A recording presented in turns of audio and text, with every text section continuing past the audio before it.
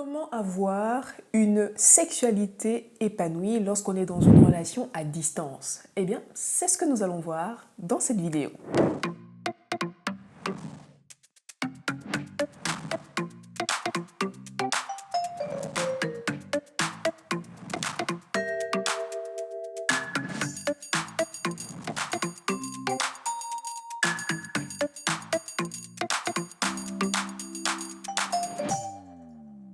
Hello my people, comment ça va? Bienvenue dans cette nouvelle vidéo. Pour tous ceux et celles qui découvrent la chaîne de cette vidéo, je suis Dr Paul Moko et sur le Max Santé, on parle de santé, de bien-être et d'épanouissement intime et sexuel. Alors n'hésitez pas à vous abonner, à activer la cloche de notification pour être prévenu à chaque fois que je poste une nouvelle vidéo et à télécharger votre cadeau de bienvenue, le e-book gratuit, les 10 commandements d'une sexualité épanouie, n'est-ce pas? Voilà.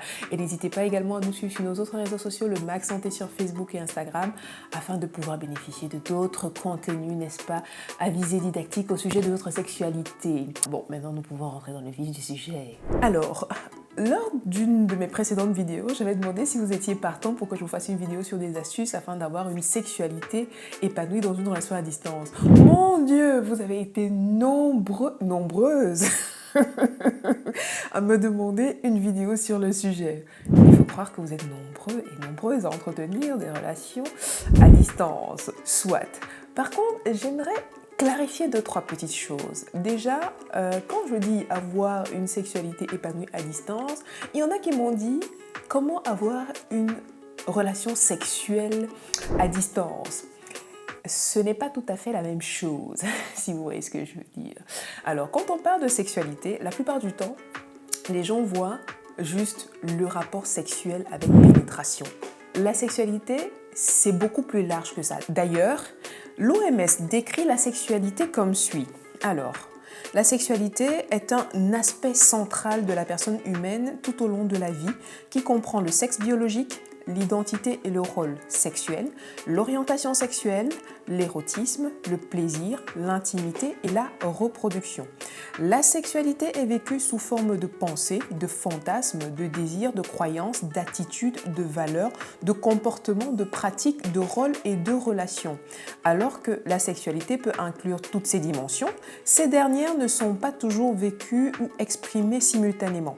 La sexualité est influencée par des facteurs biologiques, psychologiques, sociaux, économiques, politiques, culturels, éthiques, juridiques, historiques, religieux et spirituels. Voilà. Tout ça pour dire quoi? Tout ça pour dire que la sexualité est un tout. Il ne s'agit pas juste du rapport charnel.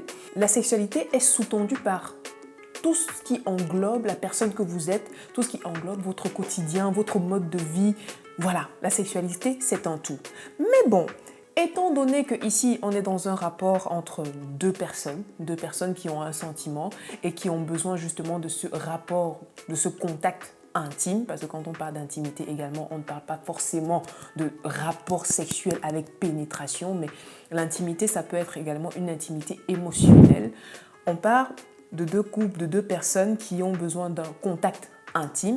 Eh bien, je vais vous partager dans cette vidéo 6 astuces, mais 6 astuces pour pouvoir bénéficier, pour pouvoir avoir une sexualité épanouie dans un couple lorsqu'on est dans une relation à distance. Ma première astuce, ce sera d'ores et déjà de communiquer. Communiquer un maximum. Il faut se parler régulièrement. Pourquoi? Parce que le fait de vous parler souvent, régulièrement, ça vous permettra déjà d'être au fait de la situation de l'autre dans son milieu de vie. Parce que des fois, on peut être à distance, on vit certaines difficultés et l'autre n'est pas au courant. Et ça crée comme une sorte de déséquilibre parce que l'autre attend de nous qu'on réagisse d'une certaine façon alors qu'on est dans l'incapacité de le faire. Donc, communiquer, ça nous permet déjà d'être au fait de la réalité que l'autre est en train de vivre. Communiquer également, ça nous permet d'être au courant, d'être au fait des attentes de l'autre par rapport à l'échange qu'on a avec la personne. Quels sont ses besoins dans l'intimité? Il y a des personnes qui peuvent être un peu plus conservatrices que d'autres. Il y a des personnes qui peuvent être un peu plus, j'ai envie de dire, freestyle que d'autres, qui se lâchent un tout petit peu plus en matière de sexualité. Et il n'y a pas de bon ni de mauvais caractère, il n'y a pas de bonne ni de mauvaise personnalité en matière de sexualité. La sexualité, les règles de la sexualité, c'est vous qui les fixez. Et c'est OK d'avoir vos limites et c'est OK aussi de respecter les limites de l'autre. Donc si vous êtes plutôt conservateur et que l'autre est un peu plus, un peu plus freestyle, Il s'agira à ce moment-là de trouver un équilibre, un compromis, entre guillemets, entre vous. Il ne s'agit pas d'accepter des choses juste pour faire plaisir à l'autre alors que ça vous rebute, non. Mais c'est simplement le fait de savoir, quand vous communiquez, de dire à l'autre en tout cas, voilà ce que j'aime, voilà ce que je n'aime pas, voilà mes limites, voilà ce que j'accepte, etc., etc. Et ça va dans les deux sens. Dans la communication vous permettra à ce moment-là d'être au fait des attentes de l'autre par rapport à votre intimité. La communication dans le même élan d'idées vous permettra de parler également de vos fantasmes parce que la plupart du temps, dans les couples, ce qui se passe, c'est qu'on a des rapports sexuels, mais on ne parle pas de notre sexualité. Donc ça vous permettra de parler de votre sexualité et donc de parler de vos fantasmes. Osez parler de vos fantasmes. Qu'est-ce que vous aimez? Est-ce que vous aimez les jeux de rôle? Est-ce que vous aimez, je ne sais pas moi, le style un peu sadomaso? Est-ce que vous aimez un peu tout ce qui est un peu nudiste, etc., etc. C'est comme ça qu'on dit en français? Je ne sais pas. Bref, le français est compliqué. Est-ce que vous aimez... Quels sont vos délires? Quels sont vos délires? Observez, jaugez, parlez, voyez un peu comment l'autre réagit et en fonction de ça, vous pouvez mettre petit à petit, progressivement, aborder des choses et apprendre à mieux vous connaître et à mieux cerner les attentes de l'autre par rapport à votre intimité, par rapport à votre sexualité et donc savoir ce que vous pouvez vous permettre de faire ou pas du tout. Ma deuxième astuce, ce sera, lorsque vous êtes dans une relation à distance, d'avoir une date butoir. La date butoir, c'est la date à laquelle vous allez vous retrouver. Ça peut être dans un mois, ça peut être dans 3 mois, ça peut être dans un an, ça peut être dans 2 ans, peu importe, mais ayez une date butoir. Ça permettra, ce sera plus simple pour votre cerveau et pour vous de tenir le coup jusqu'à ce moment-là. Parce que quand vous êtes dans une relation à distance et que vous ne savez pas quand est-ce que vous allez revoir l'autre, c'est chaud, c'est chaud, c'est difficile de tenir, c'est difficile de savoir. Alors que quand vous savez, à ce moment-là, vous êtes conditionné et c'est plus facile de patienter, c'est plus facile d'attendre. Donc, ayez une date butoir pour savoir, ok, à ce moment-là, à telle date, on se retrouvera. Très important pour votre cerveau et pour vous permettre de tenir le coup. Ma troisième astuce, maintenant que vous avez votre date butoir, il s'agira de préparer les retrouvailles. Préparer les retrouvailles, qu'est-ce que ça veut dire? Mais ça veut dire préparer les endroits où vous allez aller. Préparer les expériences que vous allez vivre.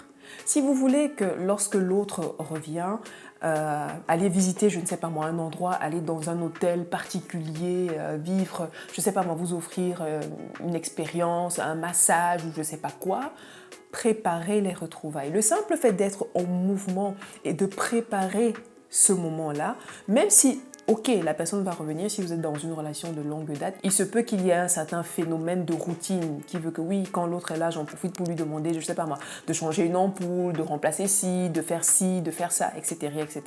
Ça arrive, mais c'est important même dans cette routine-là de préserver un moment d'intimité tous les deux où vous allez partager quelque chose de différent de la routine, quelque chose qui vous sort de la routine. Dans le simple fait de découvrir un nouveau restaurant et de se dire, ok, quand la personne sera là, ben, on ira à cet endroit-là. Quand la personne sera là, on ira à cet endroit-là. Et ça peut se faire dans les deux sens, parce que parfois, ça peut être décourageant quand c'est seulement dans un seul sens, quand c'est une seule personne qui se déplace. Et c'est toujours la même personne qui prépare les retrouvailles. À ce moment-là, optez pour le fait de une fois l'un, une fois l'autre. Et même si c'est toujours la même personne qui se déplace, ce n'est pas toujours la même personne qui est obligée de préparer les retrouvailles. Donc vous pouvez alterner une fois l'un, une fois l'autre. Et ça vous permet de garder une bonne dynamique afin de préparer un moment de retrouvailles qui vous permettra finalement de vous séduire mutuellement. Ma quatrième astuce, au-delà de préparer les retrouvailles, il s'agira de se préparer pour les retrouvailles.